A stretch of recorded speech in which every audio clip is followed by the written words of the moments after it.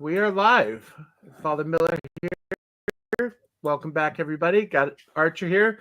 Link is in the chat for those that want to join. How's Archer? Oh, not too bad, thank you. Of course, it is, as we were just saying now, it's an hour earlier for us That's because true. we're now on real time. We're on GMT, which is proper time, which since we invented time is hours into correct time, and everybody else is wrong. We jump behind this weekend, which I'm not looking forward to. Oh, yeah. Because I just don't like it getting dark early in the afternoon. No, I know it's like that, isn't it? It's. I mean, the explanation we were always given is something to do with going to school in the mornings. But I'm thinking, but everything else for the last 10,000 years of human has been built around the natural change of things, and poor the poor one is the poor cows being milked. They expect to be milked at the same time they expect to be milked yesterday, not on our out because my the humans have been done. Yeah, just looking at my cat, she expects to be fed at the same time every day. So thankfully, I got an automatic feeder. I just don't change the time on it. Oh, that's useful. Yeah. Mm-hmm. So got Miss Martin in the chat. Good to see you. Evening, Teresa. Gotta get a Catholic stream soon. So, unfortunately, Teresa was doing one. I haven't had a chance to catch up on it yet. Yesterday, I think on the Antichrist, but unfortunately, she keeps streaming. It's one of these weird things. You get streams start coming up when someone else is doing something you're watching as well, and well, today's a little bit easier for me because in the Catholic Church, it's All Saints Day, which is a day we call a holy day of obligation. It's kind of like a Sunday where we go to church. Yeah. So in our diocese, we do not have school today because of that. Oh, all right, that's useful. Yeah. So I've already had 2 masses for today, and I'm done. Oh, so last night, of course, was Halloween. Yeah.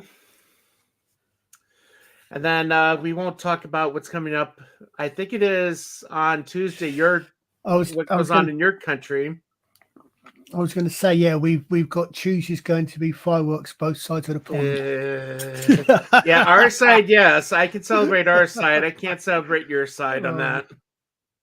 Well, I was trying to remember, and I should know this being a historian, but it's a bit later than my normal period of time. He was trying to blow up James II. I believe so.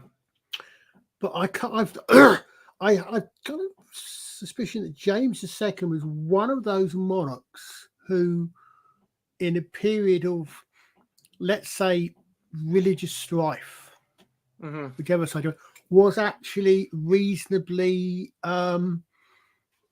live and let live. I think I could be wrong. Be honest, my history of the monarchs at that time is not as good as I would like it to be. No, I just reflect on Providence though, because if Henry VIII had a son by Queen Mary, then he would never have left Rome.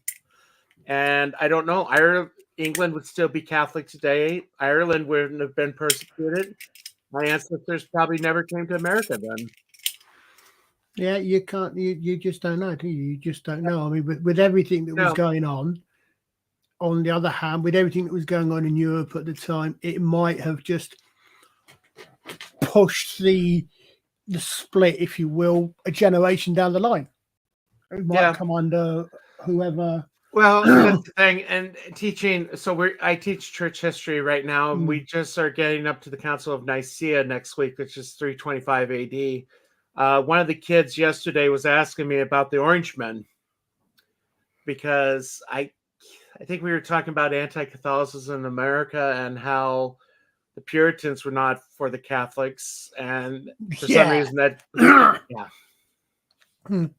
No, sorry. No, I was going to say, I don't know what. Yeah, please carry on what you were saying. I was saying,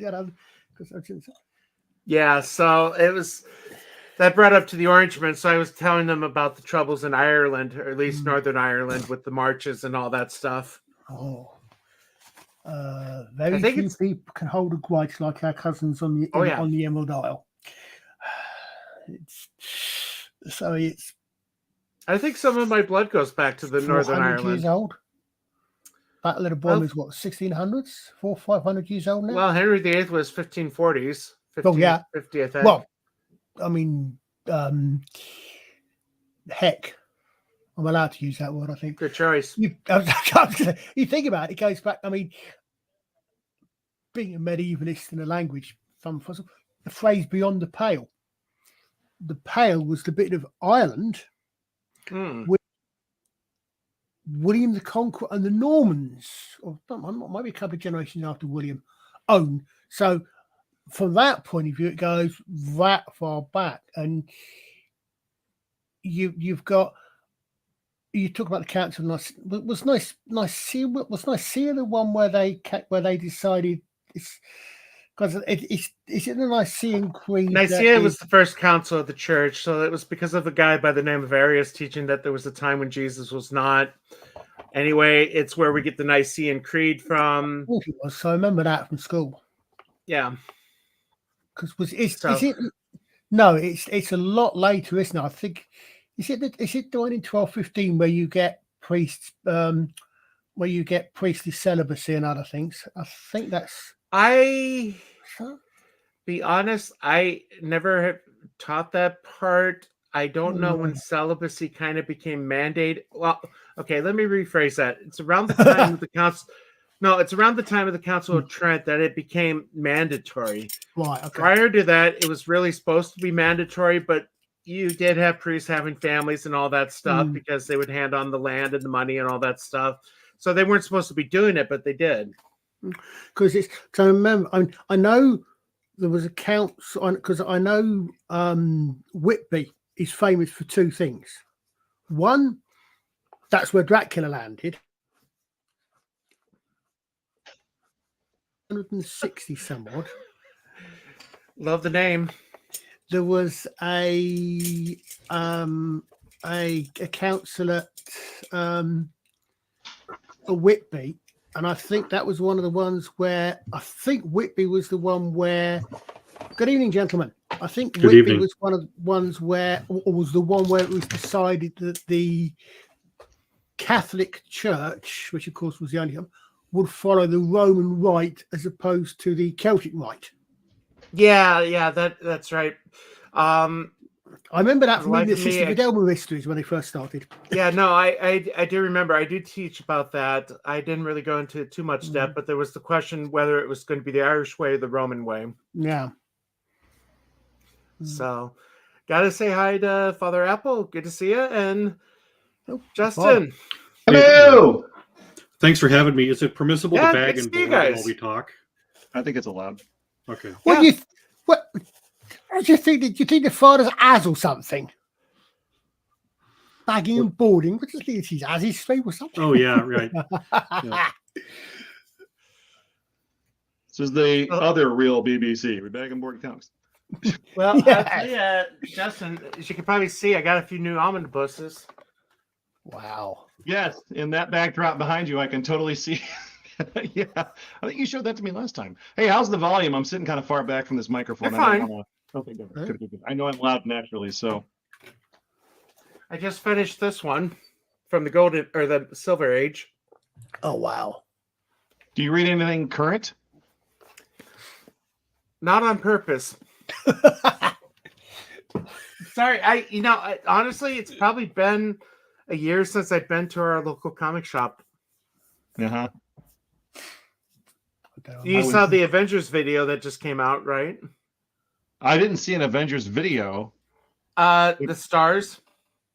Oh yeah, I saw something like that. Okay. No, Yeah, everything. I was literally on the news, like all the different comic places today, checking out things that we could talk about, and then I didn't say anything about Avengers today.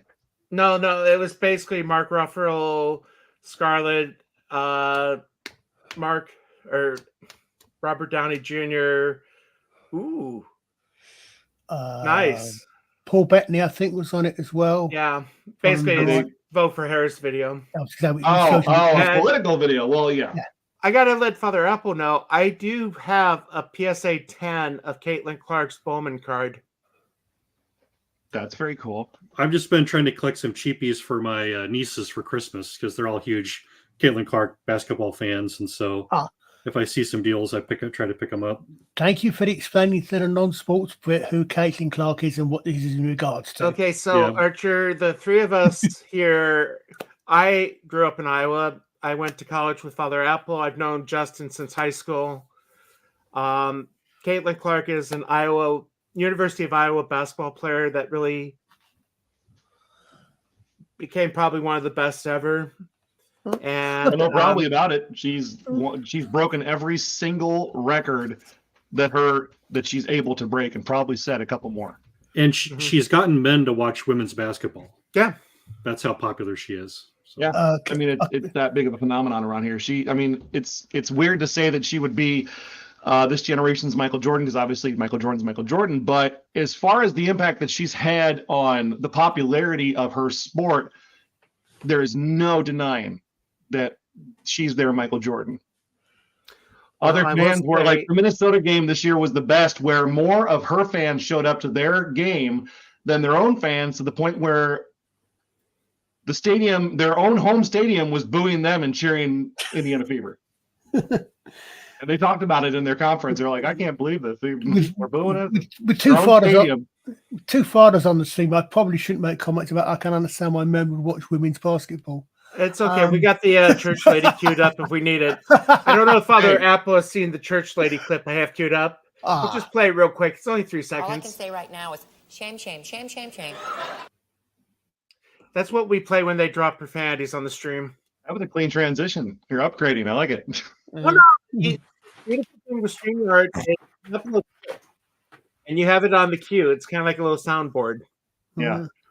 Full disclosure, my wife and my daughter are both Division II national champion basketball players. So basketball in our house is a big deal, and Caitlin was a big deal when she was Iowa. In fact, my daughter was supposed to scrimmage her with her team at Kirkwood in Cedar Rapids, Iowa, where she went to school, and there was a scheduling conflict, and it just didn't happen. And then she's like, bummer, like super bummer. She could have played against Sonano and Clark and Marshall. This is her Dowling card.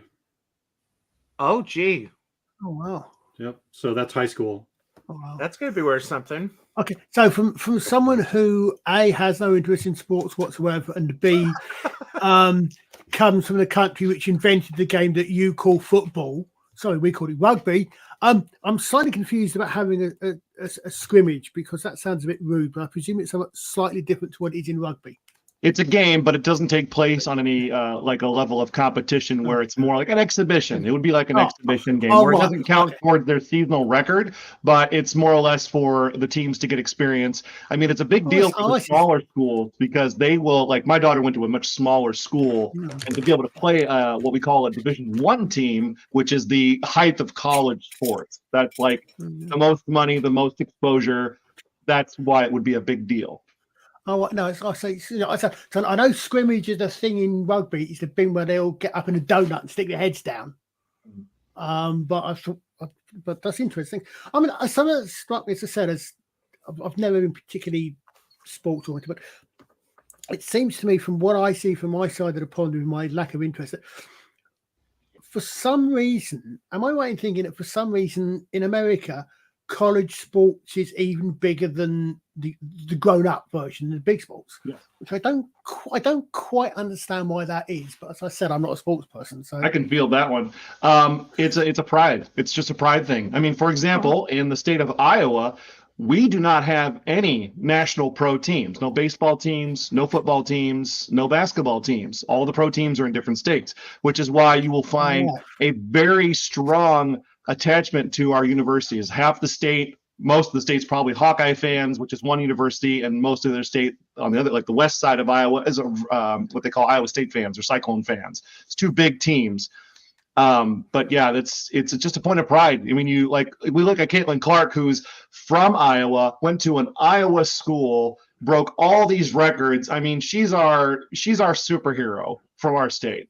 That's basically the best way to describe her. She's an Iowa superhero. Okay, excuse me. Sorry. On the Nerd Fathers channel, your biggest hero from Iowa is not the guy who grew up in Iowa, who famously is from Iowa. He grew up in Iowa. He just works in outer space. Now, Archer, I don't know if you know this. I did a live stream from Riverside, Iowa. Oh, we're talking There is about a Kirk. bar. There is a bar in Riverside that has a plaque saying where Kirk was conceived. Oh wow! Oh, they have the conception now. Okay. Yeah. It used to be under the pool table, but now it's on the wall. Well, then it certainly wasn't immaculate. Hey. Just regular conception. Oh dear. Well, Justin, have you been down to the museum down there? I've never been there. It actually is worth it.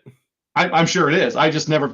I remember driving as a high school kid, going to my brother's football games. I remember driving through there and seeing the Starship Enterprise on the side of the road.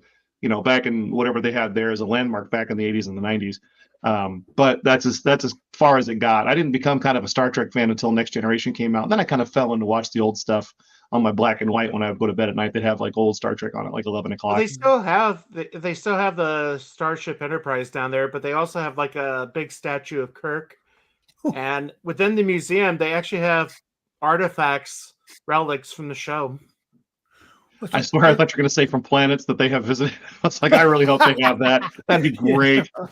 Like walking into this one from Jupiter 2. And I'm like, oh, really? Oh, wow. No. That's a crossover I'd like to see. Yeah. Well, the Enterprise discovers the Jupiter 2. Yes, Yeah. there we go. That Caitlin would be our real life Iowa superhero as opposed to a fictional Iowa superhero. It's fun. You Now, send that John Wayne. John Wayne would definitely Iowa. be one of my heroes. Yeah, on that side of things. Was he an Ion as well? I didn't know that. Mm-hmm. It's funny. I'm reminded. There's Robert Heinlein. One of his certainly later on the last books, one got really big one, was called. Okay, so I just remember it's called The Number of the Beast, and yes, that is relevant, but it is not in any way a religious aspect to it, unlike Job, which is a really interesting idea.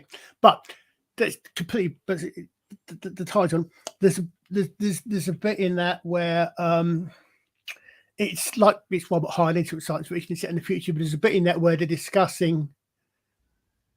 I can't remember what sets the discussion off, but they're coming back, and they don't actually mention it, but they say that the phrase is something along the lines of the first interplanetary spaceship was named after a vessel that never existed except in hearts, which was millions of fans. And I think he wrote that before the shuttle was launched. In fact, he must have done because he died in what? No, Doc Smith died. Remember, that reminds me of. I'm trying to find. There's a video I just saw. Yeah, 1977. Starship Invasions with Christopher Lee. Wow. It is bad. Let me see. I'm just trying to find a poster of it. I made notes today. I took some notes in case you're absent for discussion topics today. I wanted to share with you There we guys. go. Well, I know you said you found something or you had something to present. Yeah, you're gonna giggle. Here we go. I found the poster for it. Oh, that looks amazing. Look at That's that. so awesome. Robert Vaughn and Christopher Lee. I thought you meant it was I thought you meant it sounded for some reason if it was one of those. No, it's an actual movie. Documentary type things. Oh. It's an actual movie.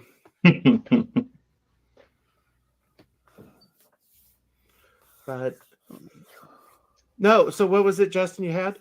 Oh, I was just flipping through our new previews coming up here because we all know how Marvel is doing such a great job with new books and new characters and stuff. And as a reader, I don't understand why they keep creating new characters. And remember, it was last year, the year before, they tried to force Snowflake and Safe Space on everybody and a few other characters, and it was so bad. The fans rejected it so badly, the book never got printed. And now they're doing this new Champions. Oh, gee. Which is a follow-up to a bunch of variant covers they did earlier this year where it was like different sidekicks that never existed. Well, now they're making them official characters and putting them in books. Granted, we won't carry it. None of my customers will order it. I mean, I still say to this day that, you know, this is the Marvel preview that comes out every month, and I probably, as a retailer, only bring 60 to 70% of this into my store through either my store stock or the customers ordering it specifically. And there's titles they order that I don't. But I was like, wow, there's another. I mean, we thought they were starting to get smart about writing stories. Like DC cut back their print by like 40%. They don't print nearly as much. And anything that turns out to be really good on the web series stuff, they will go back and make a trade or a book out of that, which makes sense. Marvel is still doubling down. They can't pay their artists a fair price, but they can put 6 to 8 different variant covers of a book out. They can create books like this that nobody asked for. Nobody asked for that. You've got thousands of characters to choose from. What is this? That's not going to bring me back to the store. One of those guys looks like he belongs in the original Legion of Superheroes. Yeah, I mean, the one we've got. I'm guessing this is Captain Marvel's sidekick here. I know this one. They've just. This is Ghost Riders. I don't know what she's supposed to be, but she's a Ghost Rider character. Ian's Other here. than that, Yeah, Ian. Hello. Hi, Ian. Well, Yeah, I think you can create a new character that people love. I've been collecting these from the New 52, this Larfleeze series. Let me bring you up on that. He kind of became a fan favorite, as I recall. This was, I think, a 12-issue run on there, and he was the greedy Lantern, which there wasn't much that existed before this, but I think you can create new characters if they're interesting. It's just everything that's been coming out, I have so little interest in because I've been burned. I'll give those comics a try, and then it feels like you get kicked in the guts. Yeah, we had the same thing happen with that Absolute Batman that we were talking about. They have done so many offshoots of the Batman universe because that's their biggest seller. And I blame myself because it was a Scott Snyder book. I should have known better. It ended up doing a lot better than anybody thought, but none of my customers ordered it. And I thought, well, if no one's ordering this, maybe I should hold off because it looks weird. And it ended up being a good read, but they've burned us, like you said, so many times with other titles where they didn't go anywhere. And now I've got them sitting in boxes and it's wasted money that we don't like to take chances on things. And when you introduce stuff like superheroes they don't introduce things naturally anymore, if that makes any sense. They have a ongoing series that's popular. People read it, and there's Jubilee from the X-Men. That's a great example. She's just a character in a mall. She's being assaulted while the other X-Men are having a shopping day, which is, what they do in those days. And she's introduced, and then she's brought in, and then you have years of her being a member of the team and growing and learning, experiencing. And then she becomes a popular character, whereas they just make a book, shove a whole bunch of creations into it. I sometimes think that all they're doing is creating new intellectual properties because, in 80 to 100 years when this stuff is, I wish I could live longer to see this, when all of this stuff is public domain like Tarzan, it's going to be incredible. Superman is going public domain when? Real soon. I don't have the exact date on that, but from what I read online, the legalese of it is 70 years after the creator's death is when a creative property becomes public domain. Yeah, and Batman will be right behind it because all those DC characters were created in way before Marvel created a lot of theirs. So they can only use certain bits, just like what is it, Mickey Mouse? Do you remember? They can only use the first version of Mickey Mouse, and it's the same thing with Superman and Batman as well. So you can bet your bottom dollar that it's what those two are worth a crap load of money. They're going to try and grab as much rights over. It'll be harder though because they were called Batman and Superman. Their names were printed in the first book, and they haven't deviated from that. It's not. They've created Superboy. They've created Supergirl. And those will belong to them. But as far as a character named Clark Kent who portrays Superman, that will eventually become public domain. Yeah. Hey, Justin, so on the Superman front, is his son still going out with the pink-haired guy? Oh, please. Yes, I believe Superboy still has a relationship with the dude. That doesn't exist to me. None of that stuff exists to me, right? These people... It doesn't exist to a lot of people, but you can choose not to read it. Yeah, but, one of the greatest crimes they perpetrated here a while back, and I said this, but a lot of people like this idea, was the fact that they John Kent, his son, they aged him. He went from being a very interesting character. I loved the idea of him being a young boy growing up as Superman's kid and being kind of mentored by Damian Wayne in a weird way. That was like his buddy. It was such a great storytelling device. And then they sent him off, and he just becomes an adult, comes back, so they can utilize him as a character that nobody finds interesting anymore. He's just another superhero that you didn't grow with. And that's I could go on all day about this. It's the biggest mistake that these companies are making is they keep trying to bring down the age level of their main characters, as opposed to like one of the most popular comics right now is Ultimate Spider-Man, because Peter Parker's older, he's married, he has children, he's doing that kind of stuff. Evil, Do man. that with your characters. Let them grow up naturally, experience it with them, and then see what their kids have. What happens with their kids. But they drop the ball on that, especially since it's the most natural progression to create a new character is to have Peter Parker's kid is now intellectual property for you because you got that for another 100 years or whatever. Yeah. I don't care what anyone says, right? When they start introducing this crap into our stuff that we love, like for instance, Doctor Who, somebody said to me, "Oh yeah, well maybe they just create this other universe where the other one lives," and I'm like, no, they have to get rid of it totally. Because if don't get rid of all that crap totally, it'll still be in canon, and I don't want it to be in canon.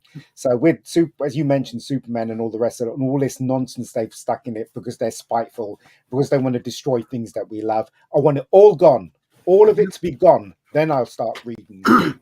I want to find a picture and I'll share on I this think subject. that when this goes into public domain, it's going to enter into a lot of competition, and I think the best creators will rise to the top.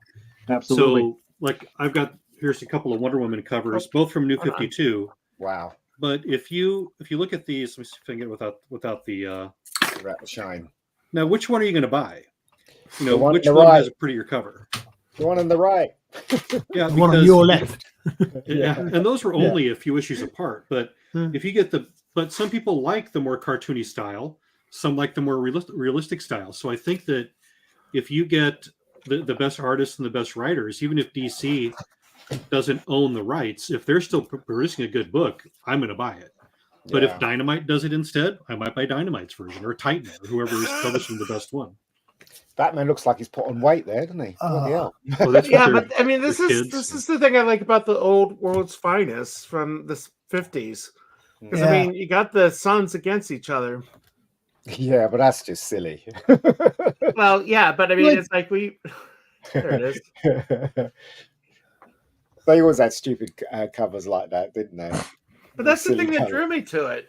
Yeah. I mean, there's the one where Superman's son is doing a perfect dive, and Superman's son is doing a belly flop. But they did a lot of those. I mean, I remember. I'll see if I can find the other one. I mean, I've not read comics for decades, but I mean, I was around in the 60s, although I wasn't really reading anything till say the 70s. But I remember those. I mean, I remember I remember when DC finally first got to the point where they got so confused they decided to collapse everything, and the first Crisis on Infinite Earths when they killed off Supergirl, things like that. Yeah. And they did. I mean, I'm excited because I was more DC than Marvel. Although I remember, I really right in the first episode, I caught the New Mutants and the New Teen Titans. I came up roughly about the same sort of time, I think. I mean, those days you'd get an annual, or every year you get at least one crossover. I remember there was one where you got the New Mutants and the Teen Titans crossover in one crossover story and things like that. But yeah, I mean, this is the thing I love about the old comics is where Superman's a jerk on the cover. Yeah, but it never related to anything that was. I know, but I mean, yeah. And as Justin knows, I had that Lois Lane 108 graded by him. Yeah. Yeah. Is that the one where he's snapping her lifeline out in space? No, that's where he turns her into a black woman. Oh, that's right. Speaking of that, so we were talking about how Ultimate Spider-Man is like one of the best sellers right now because he turns her into a black woman. I don't know if you can share my screen. I'm still trying to figure this thing out. Sorry. It's terrible. Absolutely terrible. Hey, it came back as a 4.5. The thing's worth probably 500 now. Yeah. And we thought Current Day was I was on Current Day is bad. But I'm tempted to. I think I'm going to try and get back into because of things that were Mr. Brown and myself. Plus the fact I keep getting clips and feeds. Get back into Superman and Lois because I watched that. I enjoyed that line when it first came out, but then it went on its first hiatus, which is something that I never got used to with CW shows and the rest of it. About, if I remember right, I mean, unless I'm conflating memories, about the time that things started going really downhill when it came to the woke virus, whatever you kind of call it. And I never bothered catching up. So I thought, oh, is it? Are they going to go down? And apparently, it didn't. But I never bothered catching up. I gotta say, I agree with Darren. I never really thought of it that way, but there was comic bait. Yeah, they were comic bait. Also, right, I don't like. Was it Superman and Lois? I just don't like the guy who plays Superman. He doesn't look like Superman at all. He looks evil. He's got that evil. I mean, I know a lot of people are going about how good the show is, but that was purely the reason why I didn't watch it, because I just couldn't accept that guy as Superman at all for some reason. But I hear it's good. I haven't got time to watch it though because I've got so much to do. But it does, and I think it does in part. It comes down for a lot of these things to how you, as a viewer, how you respond to the character and the actors playing them. Yeah. And if they just don't gel for you, then you're probably not gonna bother watching it.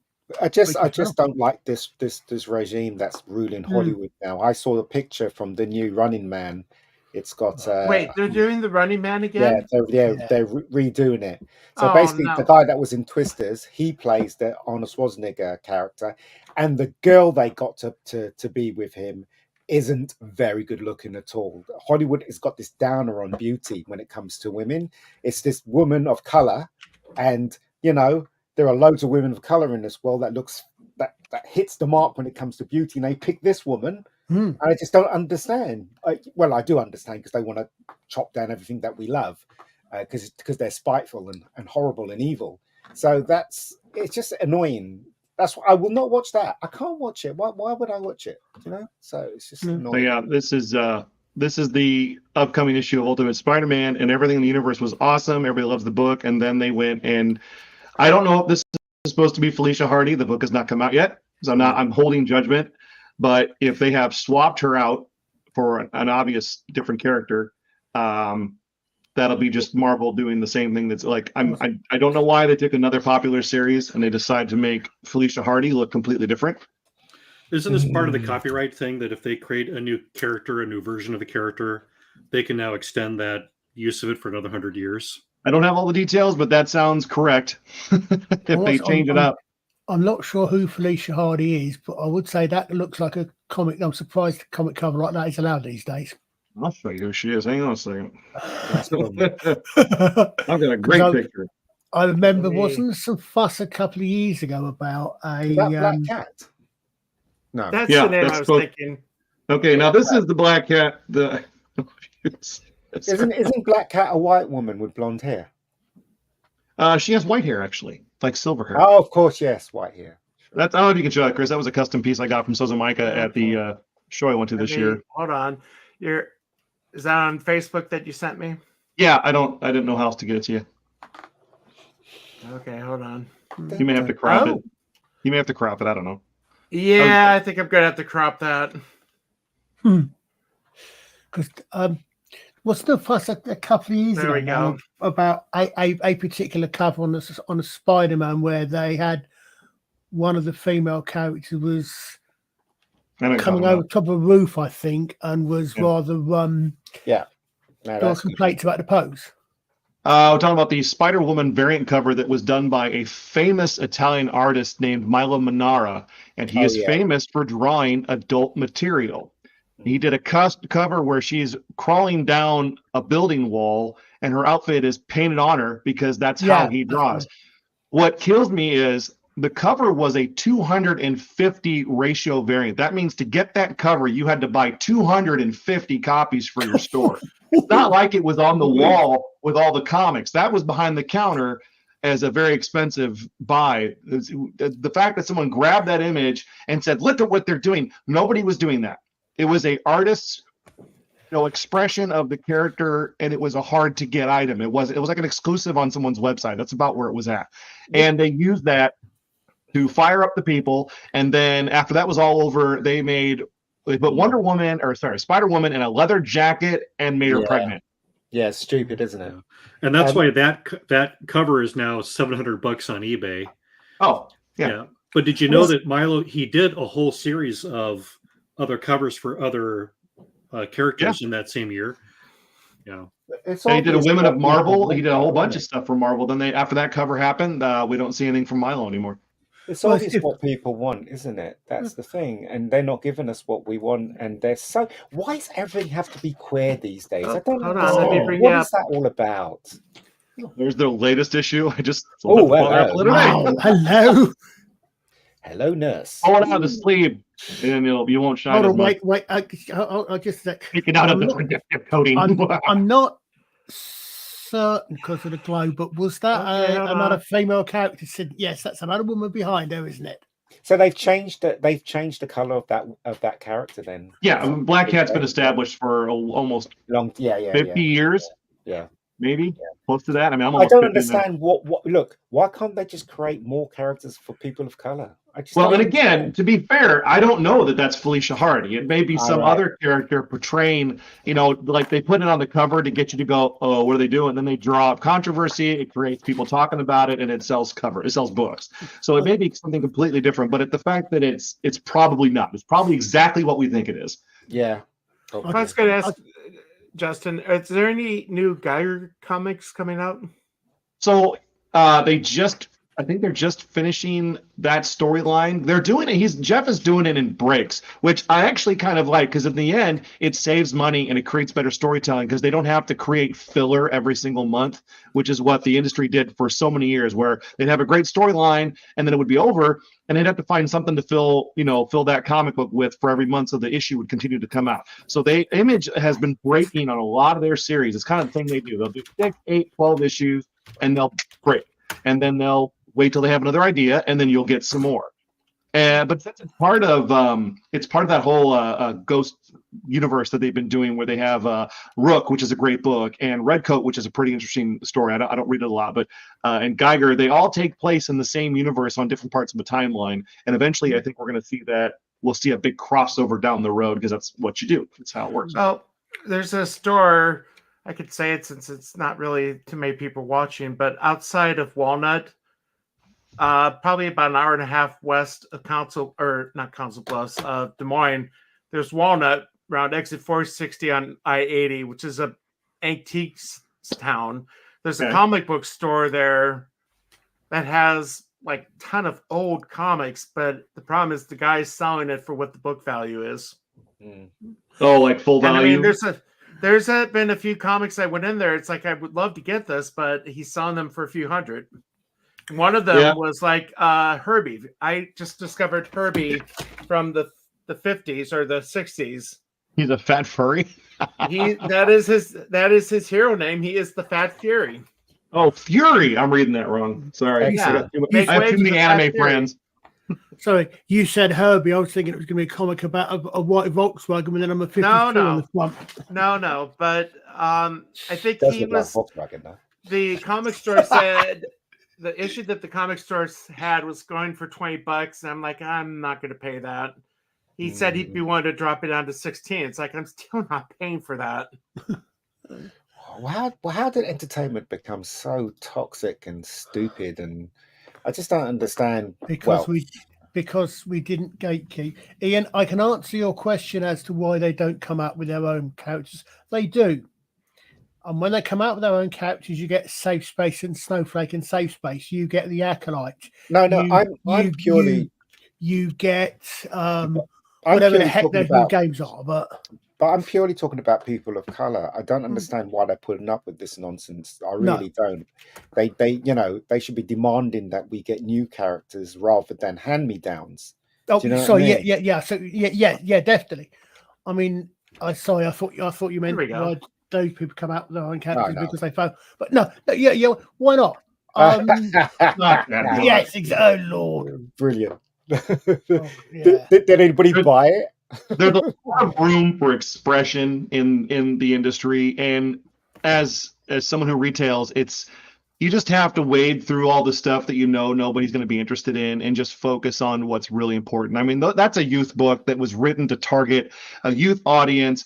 when talking about body image was an interesting topic, and of course that character looks almost Wait, when like was it an Rose. interesting topic?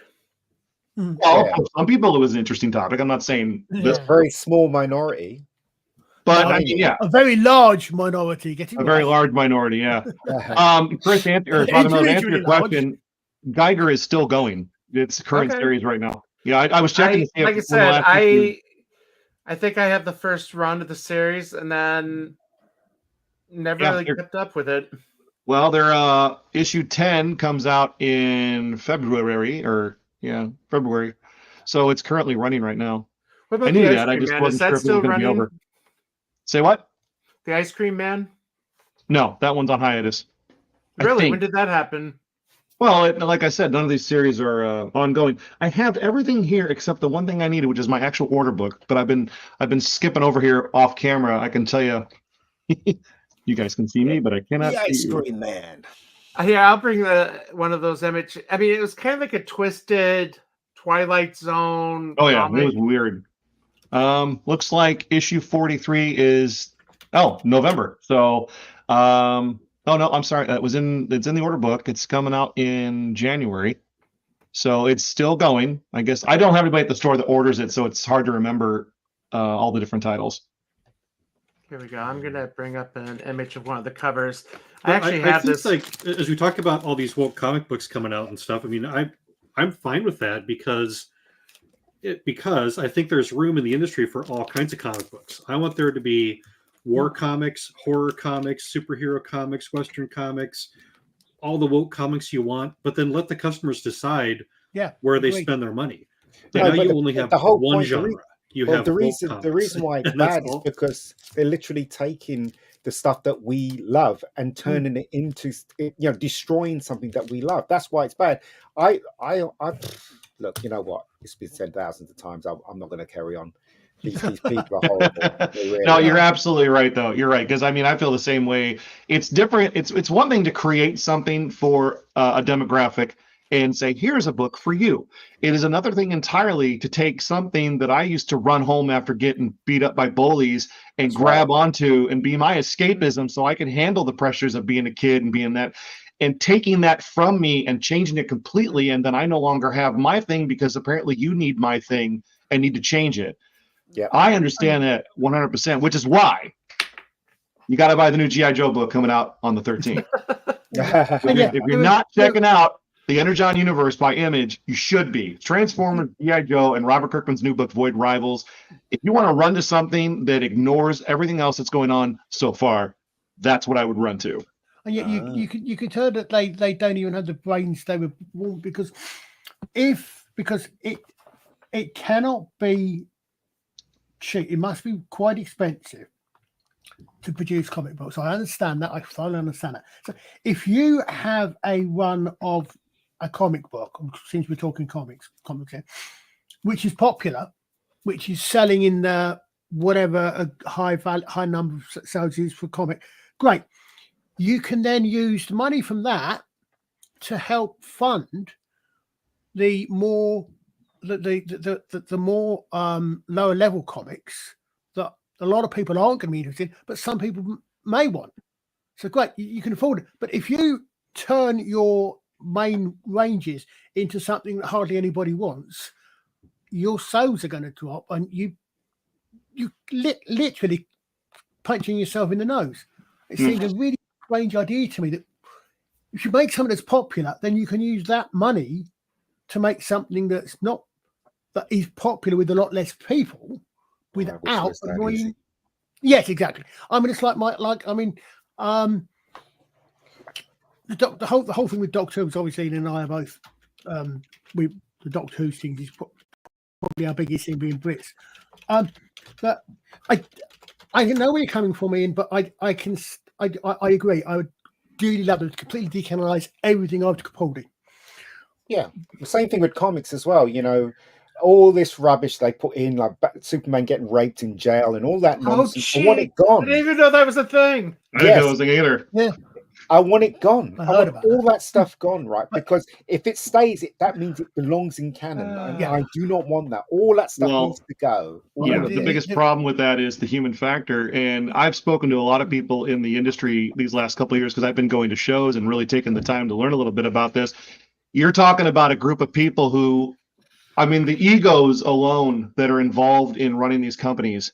You know, they like one person works at one company, they do a terrible job and they get hired at another company and then they go Yeah. do the exact same job. They are unwilling to accept the fact that they may be bad at what they do. And then they do whatever they want and they paint it as a picture as, oh yeah, look what we're doing over here. This is great stuff. No, this is the best stuff ever you're going to see. And then when they don't sell enough books, they ship them to me for free so they can show their bosses that they're shipping so many units. So obviously it's a success. At the end of the day, to fix all of this, you would need to get someone like one of us into a corporate office in a boardroom in front of people with very expensive suits and ties and say, listen, you need to know what's going on in your company, because they don't. They don't know what's going on. They hire people that somebody says is great at their job. They come in, they do whatever they do, and you get books that some people buy, some people they think that this loud crowd, like this whole thing started when people on the internet were being listened to like they mattered. They don't. You can't give everybody a microphone and expect to get intelligent conversation. It doesn't happen that way. And when everybody's given a voice, you get all the idiots out there as well as the intelligent and the informed. And then they do whatever analytics tell them to do, which is why every movie of the last year had a cat in it. Think about it. It does. There's a free animal. Every video game has a free animal. Two video games that Acolyte and Destiny, which is a game I played, they had to make it a point to the character talked about her fathers or their mothers as opposed to saying their parents, which is what you would say in a conversation. It's all based on these analytics, based on data from people that don't matter, that talk and talk and talk and talk, and then they don't buy anything. Yeah. If they wanted to really know how to grow, I mean, and DC and Marvel are lost. You're never going to get them back because they're owned by giant studios. They're owned by giant corporations. I think it was they said an average Marvel movie back when they were really popular made more money than the entire comic industry in 1 year.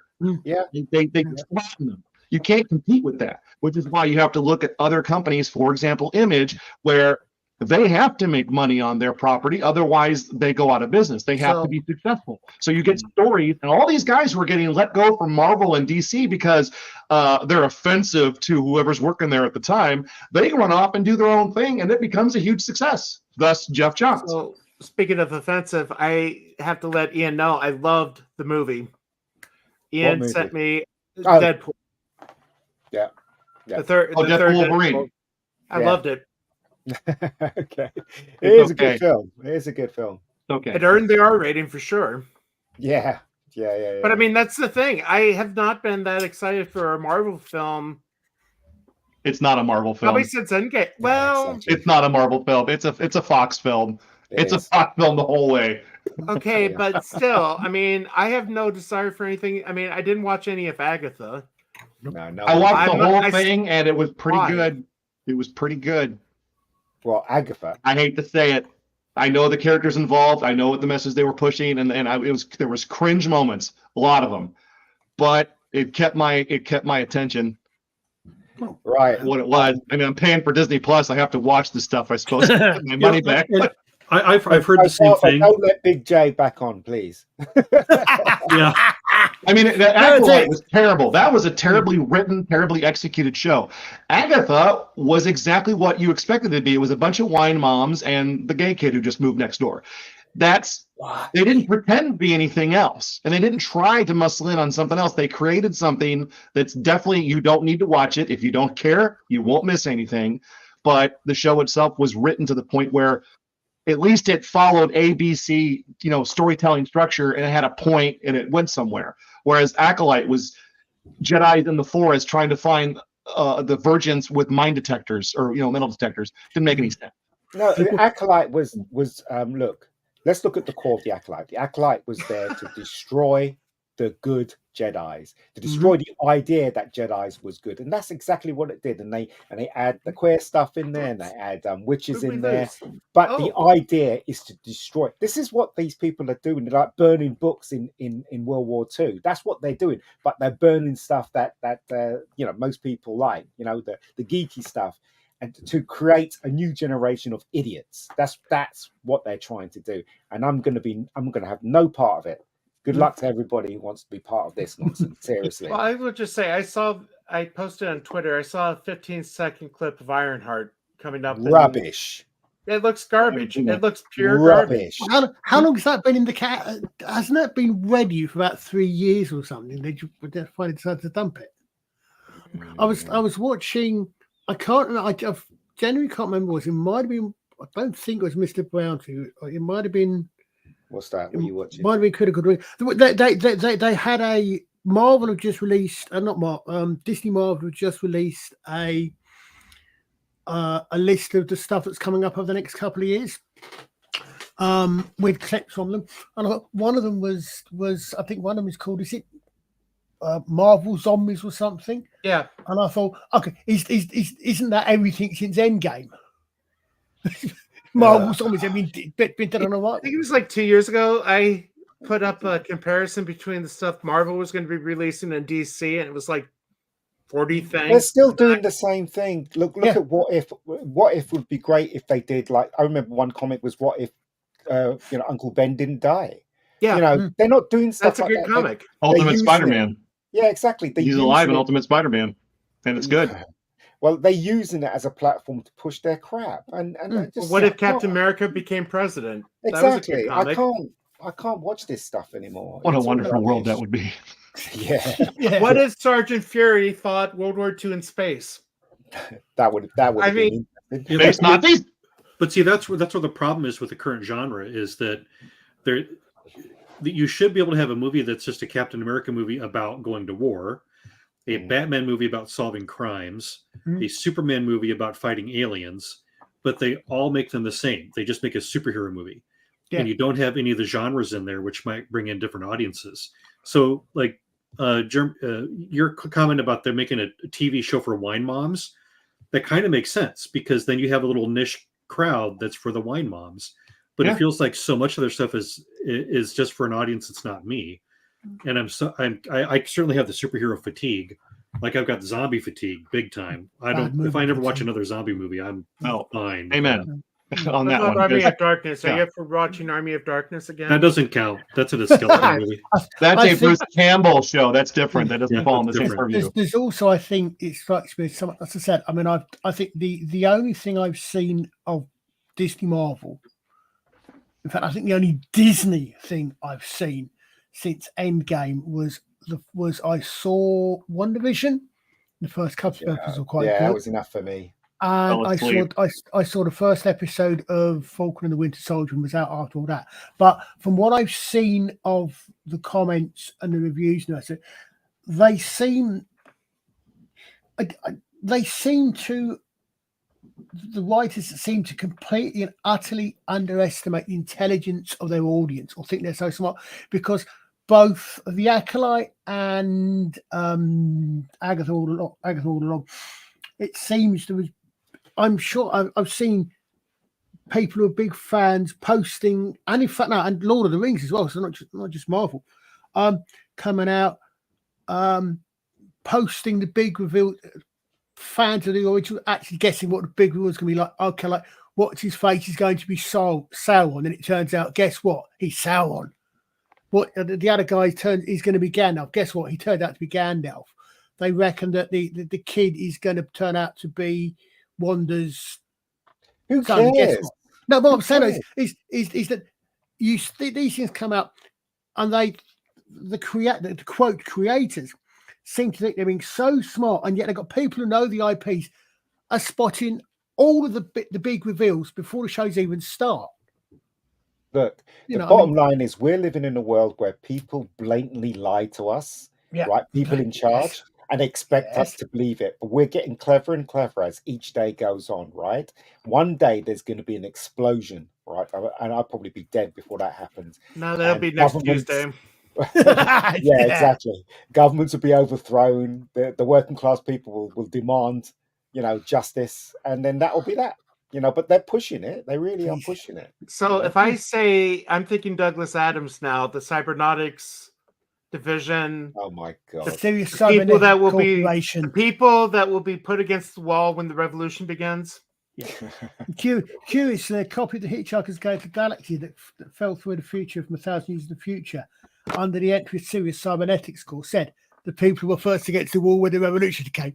Thank Yes, you. I no couldn't idea what you're remember the talking exact No quote. idea what you're but- talking about. Yes, I remember that one. Yeah.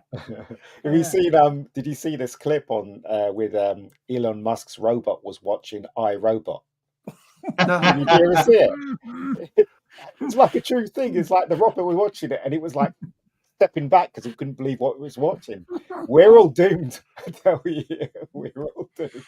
You know, Yeah, on that subject of entertainment, I wrote this note down because it was so they dropped another full trailer for Star Wars Skeleton Crew, which is Filoni and Favreau's. Don't hate on that show yet. Give it a chance. It's Favreau and Filoni, and if anybody has done okay with Star Wars, it's been them.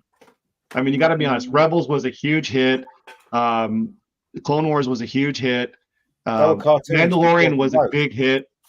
But I think what's going on now is with this whole theme where there's no really any original ideas and we just keep recycling stories, which is what we've been doing all our lives. When we were kids, we didn't have shows that would analyze everything we watched and say, well, it's this, this, and this. It's like Lucas copied Dune when he did Star Wars. I think they're just taking situations like the Goonies or Explorers, if you saw that movie, and just saying, let's drop that in Star Wars land, and then everything they do will be Star Wars related. Because as you watch the trailer, it doesn't feel like Star Wars. It just feels like a regular movie or a show that just happens to be set in Star Wars land, and that akins to The Penguin.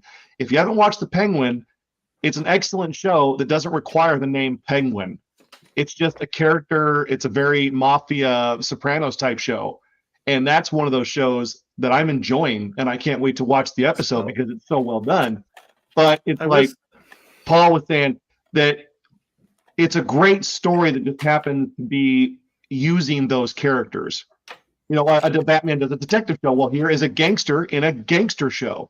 And it shows the rise of Oswald Cobblepot and what he had to go through to get their version of what he had to go through to get where he is. So it's him doing what he would naturally do, as opposed to taking our characters and having them do ridiculous things that don't make any sense.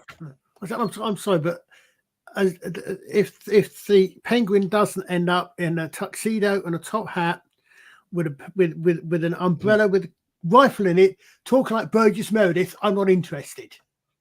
I'm sorry. Well, and you have to take into account though that they have to make these things relatable to the kids that are growing up, and like him walking. Maybe they'll have a moment. If they had a moment like Luke Cage had a moment where he escaped the island, he ended up with this band on his head that was part of his forgery. But he had a silk shirt on. It was certainly a callback to his original look. But if he ends up in it, be like that outfit at like a ball or something as part of the show, that would be that'd be good. Yeah, I was looking for my AI movie Colossus Forbin project, but I forgot I had this one. Lady Killers, great film. Great film. Yep. I've been watching a lot of old movies lately, and they're much better. I have to revisit this one.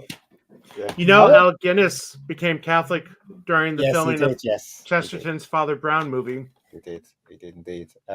I watched it's not up your street, Father. I watched Terrifier 1, 2, and 3 a couple of days ago.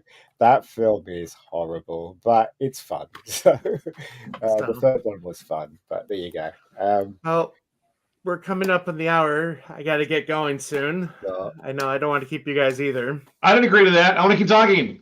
We just got started. That was just the introductions. This is Friday Night Tights. The fact that they don't start later is insulting. They should be Friday night, not Friday afternoon. They used to do it at night. They changed it. They stepped over your show, Father. They thought you were getting popular, and they didn't want that, so they can't have you doing that on Friday.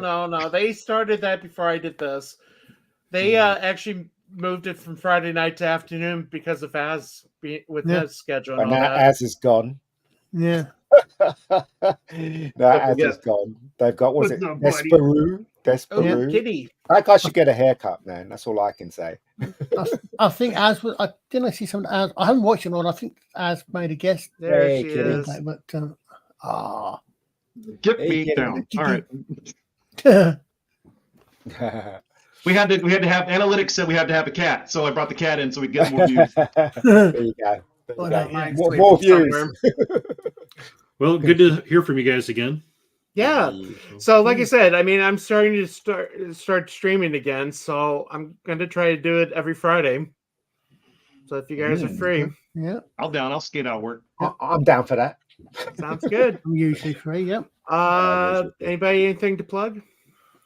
G.I. Joe, November 13th. Is that when it's coming out? November 13th, Wednesday Comic Day. Okay. Catch up by reading the miniseries Duke, Cobra Commander, Destro, Scarlet. Also pick up Void Rivals and Transformers if you want to read something that does not distract you with the BS that has been happening to our industry for the last 10 to 15 years, 10 to 5 years, excuse me, not that long. This is good stuff. It's good stuff. What's your comic store called, Big J? Midwest Collectibles. I volunteer there to run the comics for the gentleman who owns the business. Oh, okay. So you don't know. Tom, I said hi. Yeah, and that's my comic shop. That's where I get my pulls from. Ah. I'm still doing my brother's podcast, which is Legion Cast 18 or Legion Cast, and we're doing the Horus Heresy books from Okay. Games Workshop. I didn't realize that was him. Yeah, that's my brother on there, and he's Okay. we're slowly working our way through all of the Horus Heresy books, and then every other podcast is a hobby night. I want to get into that lore so bad. We played the game back in the 90s when M&M Cards and Comics in Cedar Rapids around. We had the biggest Games Workshop community in Cedar Rapids, and then I had that in my store. But now that Space Marine 2 is out, there's like this whole resurgence for wanting to know more. I think a lot of it was really good. It was really, really deep lore. I mean, I remember way back when Games Workshop, you could get things like Dungeons and Dragons and RuneQuest, and you actually got scenarios for games in White Dwarf. But the lore for the 40k universe has expanded so massively. We all have to pray that Cavill gets that show and keeps It if he goes the way it's supposed to go, if he gets the show, he has complete control. That will be the greatest thing that we've seen in years because it will be authentic. Yep. If they're smart and they want to make money, they'll just here, Cavill, here's some money. Go make us a show. And They're keep up not with smart. it. They're not smart. On that happy note, I got to run. So, All right, guys. thanks for Red joining. Joe, baby. I'll be on next Friday. So, till then, everybody, God bless you. and here we go. We're watching the